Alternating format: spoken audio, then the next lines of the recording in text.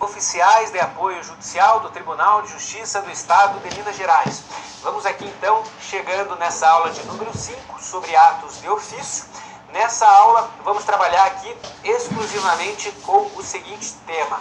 Então estamos aí na aula de número 5, falando sobre termos processuais cíveis e criminais e autos, conteúdo, forma e tipos.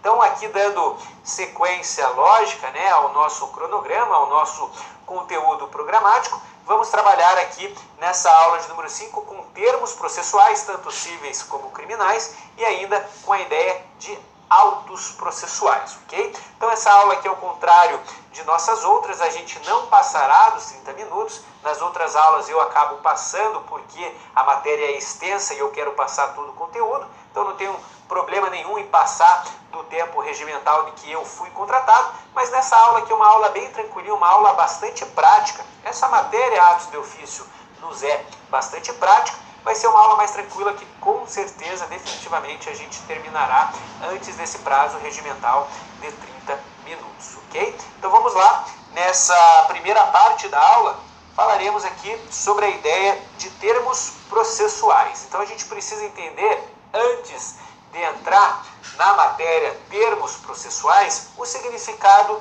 da palavra termo para o direito de forma geral, seja direito processual, seja direito material, seja Código de Processo Civil, seja Código Civil, ok? A gente utiliza aí a palavra termo em diversas situações no nosso direito. A gente fala lá, por exemplo, casamento, termo de casamento. Houve o óbito, houve o falecimento de alguém, a gente fala termo de óbito. Essas situações são inerentes a Código Civil, portanto, a direito material, não fazem objeto aqui de nossa matéria. Agora, no direito processual, a gente utiliza termo em diversas outras situações. A gente fala termo fluência de um prazo, termo inicial de um prazo, termo final, para falar que o prazo começou naquele dia e terminou naquele outro. A gente utiliza termo, às vezes, para mencionar um determinado ato processual escrito, ou na acepção que será aqui adotada. Essa acepção segue a doutrina de Moacir Amaral de Santos. Na realidade, essa aula é baseada naquela obra Primeiras Linhas de Direito Processual Civil, do professor Moacir Amaral de Santos. A gente utiliza termo aí para cientificar essa atividade, né? A atividade em que o escrivão, o serventuário de justiça, cientifica, documenta determinado ato processual. A gente já vai entender o que seria essa atividade própria aí do escrivão ou do chefe de secretaria, a depender se estamos falando em primeiro ou segundo grau de jurisdição. Então essa primeira ideia de que termo para o direito pode possuir diversos significados, ok? A mesma palavra termo pode atingir diversas situações. Agora, falando aqui especificamente sobre termo e prazo, então foi aquela ideia que eu acabei de dizer para os senhores, né? Algumas pessoas, é muito comum que na prática forense a gente utiliza a palavra termo para significar um prazo processual. Por exemplo, a gente fala que o prazo processual para apresentar recurso de apelação começou no dia 8 de junho. Seria amanhã aqui no caso, né? 8 de junho começou, teve o termo inicial, veja a palavra termo. Termo inicial do prazo processual e o termo final, o dia do encerramento. Então, alguns operadores do direito, evidentemente, vão utilizar essa palavra termo para significar também termo de fluência de prazo processual. Termo e ato processual. Aqui outra acepção que é bastante criticada pelo professor Moacir Amaral de Santos, que vai dizer que termo não pode se confundir com ato processual. Nem sempre vai ser um ato processual. Quem que defende que termo é a mesma coisa que ato processual? Pedro Batista Martins e Gabriel de Rezende Filho. Moacir Amaral de Santos, na linha adotada por Frederico Marques, a gente já vai entender no próximo slide, ele critica essa conceituação de termo para ato processual, porque eu tenho alguns atos processuais que não necessariamente são termos processuais. Por exemplo, a apresentação da própria petição inicial. Petição inicial é um ato processual escrito, mas não é um termo processual. Da mesma forma, a contestação recurso de apelação, a própria sentença, enfim. Então não podemos confundir aí, na linha adotada nessa aula, Moacir Amaral dos Santos, que termo possa se confundir necessariamente com ato processual. Em algumas situações até vamos ter essa equivalência, mas não podemos aí nos confundir. Então o que a gente falaria? A gente viu diversas situações que eu posso utilizar a palavra termo. Para a nossa aula, para a prática forense, para a doutrina majoritária, parece mais acertado dizer-se que o vocábulo termo diz respeito àqueles atos em que intervém para documentá-los o escrivão ou outro serventuário ou outro auxiliar da justiça. Daí definir-se termo adotando a definição de Frederico Marx como a documentação escrita e autêntica dos atos processuais feitas por serventuário da justiça no exercício de suas atribuições. Trecho extraído, nosso material complementar extraído da obra de Moacir Amaral dos Santos, Primeiras Linhas de Direito Processual Civil. Então a definição adotada aqui, pessoal, e com certeza essa definição que o nosso edital prevê, é a seguinte: termo é uma documentação, né? É um ato em que o escrivão de justiça ou qualquer outro auxiliar da justiça realiza para documentar determinado ato processual. Por exemplo, o advogado vai lá no cartório e quer protocolar aquela petição. Termo de protocolo. O advogado vai lá e pega os autos do processo físico, para levar em cargo. Termo de carga do processo. O advogado vai lá e quer juntar determinada petição do processo. O escrivão vai lá e faz o seu termo de juntado. Então a acepção que a banca procura, né, a banca procurou lá em 2009, é justamente essa. Porque estamos falando de atos de ofício, atos inerentes à própria atividade de vocês aí quando forem aprovados nesse concurso, auxiliar aí os demais auxiliares, serventuários da justiça. Então o termo seria a própria atividade do auxiliar da justiça para documentar determinado ato processual. E a gente fala que é uma atividade escrita, né? Porque necessariamente eu vou ter que não poder ser verbal, né? E eu tenho aqui também a necessidade, a questão de ela ser uma documentação, enfim, autêntica. Por que autêntica? Porque ela comprova efetivamente, por meio da fé pública que os auxiliares da justiça possuem, que aquele ato processual ocorreu daquela forma por aquele sujeito, ok? Então a gente vai adotar aqui nessa aula termo processual como sendo a própria atividade, seja do escrivão ou de outro auxiliar da justiça, com a finalidade de documentar determinado ato processual. Dentro dessa ideia de documentar determinado ato processual, a gente tem aqui algumas espécies de termos. Fazer aqui uma menção a auto e ata. Não podemos confundir auto com autos no processo. Estamos falando de auto e não podemos nos confundir aqui auto com ata. Bom, o que seria auto? Auto seria essa atividade de documentação que faz o escrivão ou outro auxiliar da justiça em relação a atos processuais praticados por juiz, perito, assistente técnico, enfim, por outras pessoas que não o próprio escrivão, evidentemente, e que não as partes, fora do cartório. Por exemplo, a gente tem lá no processo penal auto de prisão em flagrante, né? Auto de prisão em flagrante, então vai se narrar a prisão em flagrante. Aqui então temos essa ideia de auto, uma atividade de documentado processual pelos auxiliares da justiça fora do cartório, ok? E a diferença entre auto e ata, né, até a própria fonética aqui nos confunde um pouco. Ata seria o próprio relatório de algo, por exemplo, um relatório de uma audiência. A gente vai ter lá a ata de audiência, não o auto de audiência, mas sim um resumo do que aconteceu, dos fatos mais importantes ocorridos na audiência. A gente vai ter aí a chamada ata de audiência. Bom, vamos aqui falar de termos processuais, especificamente sobre a forma, apenas relembrando, a gente vai ter uma aula específica, tá? Se não me engano, vai ser a aula de número 7, para trabalharmos com forma dos atos processuais, aula de número 7 e aula de número 8. porque a matéria é extensa e o nosso edital cobra de maneira genérica forma dos atos processuais. Então aqui, como está no nosso edital, forma, né, dos termos processuais, a gente vai fazer aqui uma pequena introduzida no tema, tá? Forma dos termos processuais. O que a gente tem que entender aqui quando a gente fala de forma?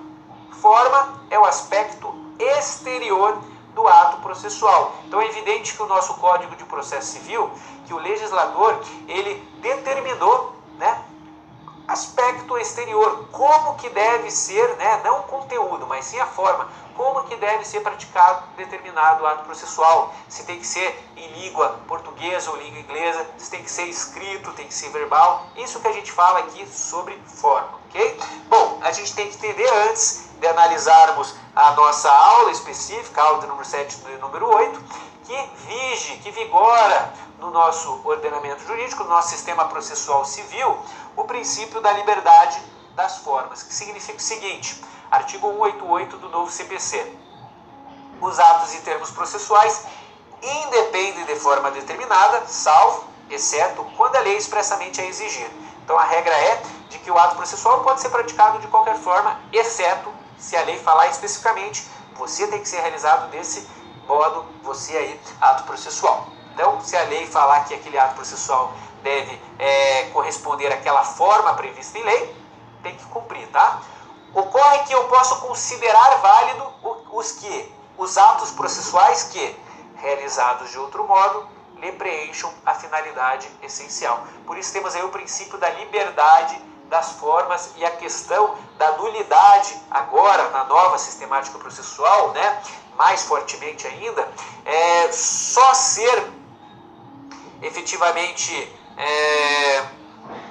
necessária quando houver prejuízo. Então, se eu tenho lá uma citação, né, esse exemplo eu gosto de trabalhar em sala de aula, se eu tenho uma citação que foi enviada para o vizinho do réu, o réu não recebeu, mas ele soube efetivamente de que ele estava sendo citado para aquele processo e foi lá, apresentou a sua contestação.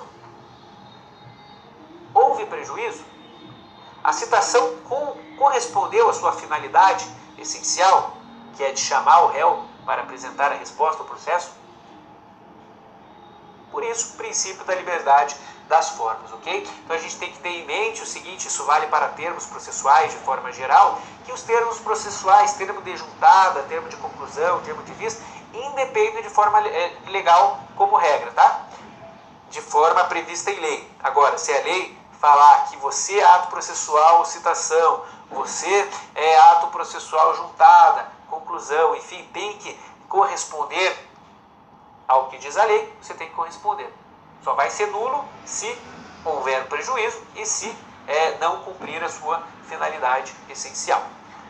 Ainda sobre a forma dos termos, temos aqui diversos requisitos gerais. A gente tem a ideia de que os atos processuais e aqui também os termos processuais de forma geral têm que ser redigidos em vernáculo, ou seja, em língua portuguesa. Os atos orais, eles serão o quê? Reduzidos a termo. Aí outra utilização que se faz da palavra termo. Reduzido a termo significa reduzido a escrito. Quem que vai reduzir a termo? O escrivão fazendo, né, a própria documentação daquele ato que era oral e vai documentar aquele ato processual oral. Aí a gente tem um exemplo clássico de termo processual. Então o ato oral tem que ser em português. Atos escuros, em tinta escura e indelével, ou seja, que não pode soltar. Podem ser datilógrafos e houver da gravação fonográfica. São vedadas abreviaturas, espaço em branco para prevenir-se de fraudes.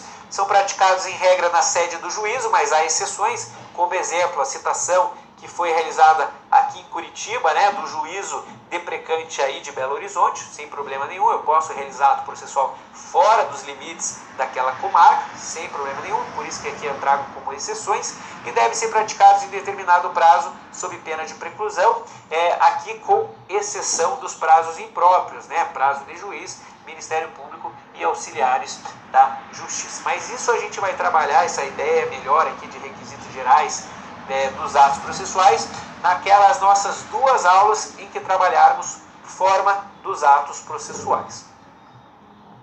Ainda sobre termos, a gente tem aqui na doutrina o que a gente chama de termos prejudiciais. E aí o que é chamado esse termos prejudiciais?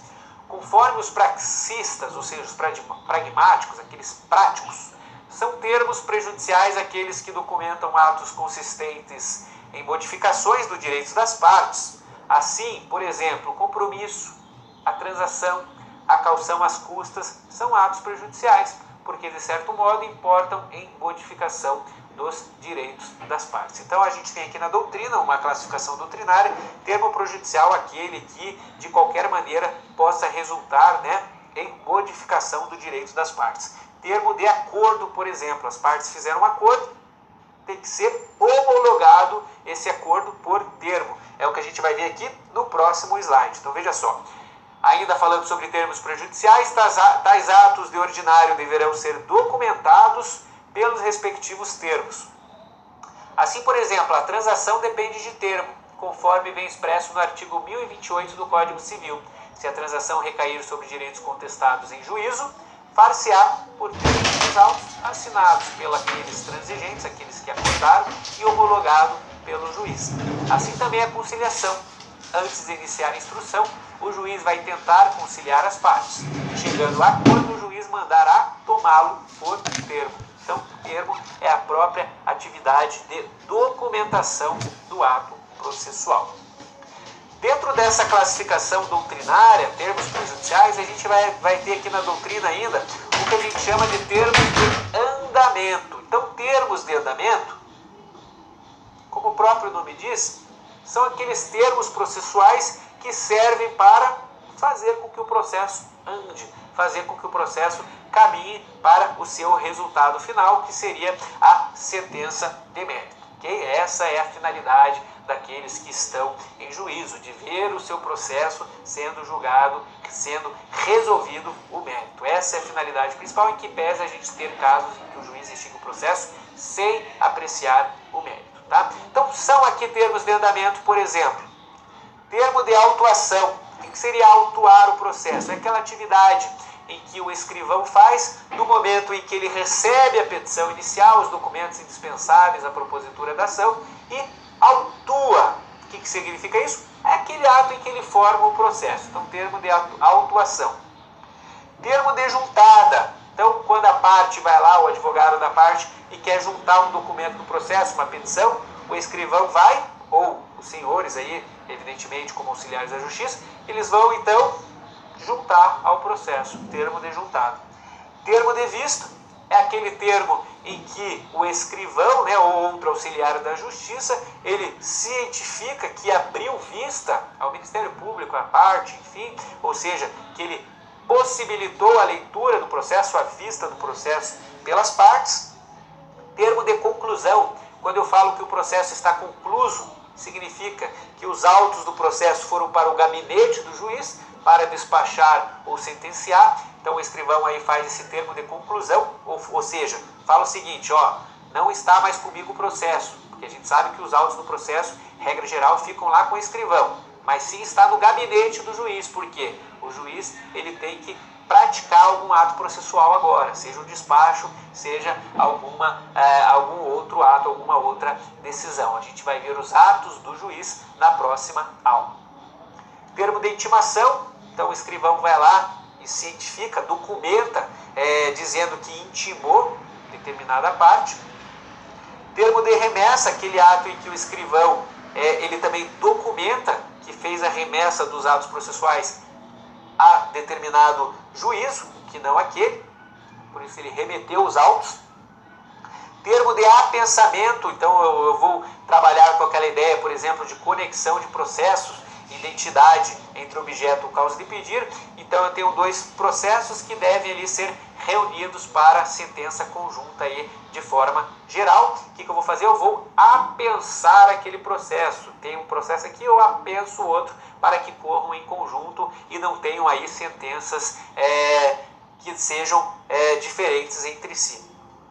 E termo de desentranhamento, o que significa desentranhar determinado documento? A parte vai lá, junta o documento fora do prazo legal, a outra pede para que seja desentranhada daquele processo aquela petição. E aí o juiz autorizando, o escrivão vai fazer esse termo, ou seja, essa documentação de que ocorreu um ato processual que foi o de desentranhamento de determinado ato, de determinada peça processual. Okay? Então a gente entende, né, pessoal, que termo processual é a própria atividade do auxiliar da justiça que documenta a ocorrência de um ato processual. Ele documenta que foi interposto o recurso, ele documenta que foi apresentada a contestação, que as partes compareceram à audiência, ele documenta que, enfim, aquela diferença entre auto e ata, ele documenta que abriu vista para as partes no processo, enfim, são esses determinados e diversos atos processuais que o escrivão documenta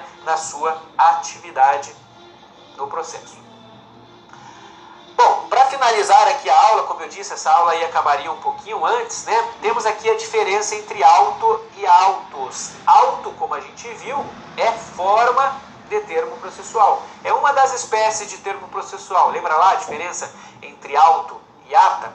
Auto é a própria documentação pelo escrivão de determinado ato processual praticado pelos auxiliares da justiça fora do cartório. Agora, a ata seria o próprio relatório da audiência, a própria ocorrência dos fatos mais importantes ocorridos na sessão.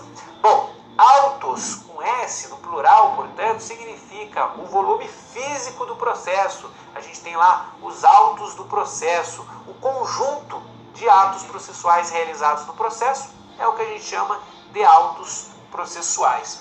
Okay? E aí a gente vai ter aquela ideia de autos originais e autos suplementares. Autos originais, como o próprio nome diz, é o auto processual, né? O conjunto físico de determinados atos processuais originais.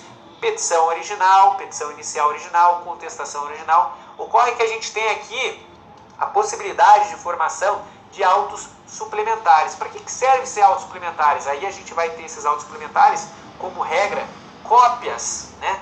Cópias das petições, cópias dos atos processuais realizados no processo. E a finalidade principal, aqui já estamos falando de finalidade dos autos suplementares, é de se fazer com que, se o processo for perdido, for extraviado, eu tenho esses autos suplementares. Então aí correria normalmente o processo por meio desses autos suplementares. Então, autos suplementares servem basicamente, né, para casos de extravio de processo, para restauração de autos. Okay? A gente tem outra questão também, execução provisória, execução definitiva. Se o processo ainda não transitou em julgado, mas eu não tenho um recurso com efeito suspensivo, eu posso executar antecipadamente, só que de forma provisória. E aí o que vai ocorrer? Essa execução provisória vai ocorrer aí preferencialmente nesses autos suplementares, ok? Então é isso daí, pessoal.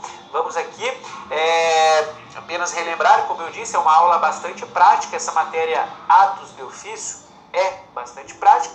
Como está no nosso edital, essa matéria termo dos atos termos processuais cíveis e criminais, a gente tinha que mencionar, em que pese ter feito isso um pouco antes do nosso tempo regimental. Ok? Um grande abraço e até a próxima aula.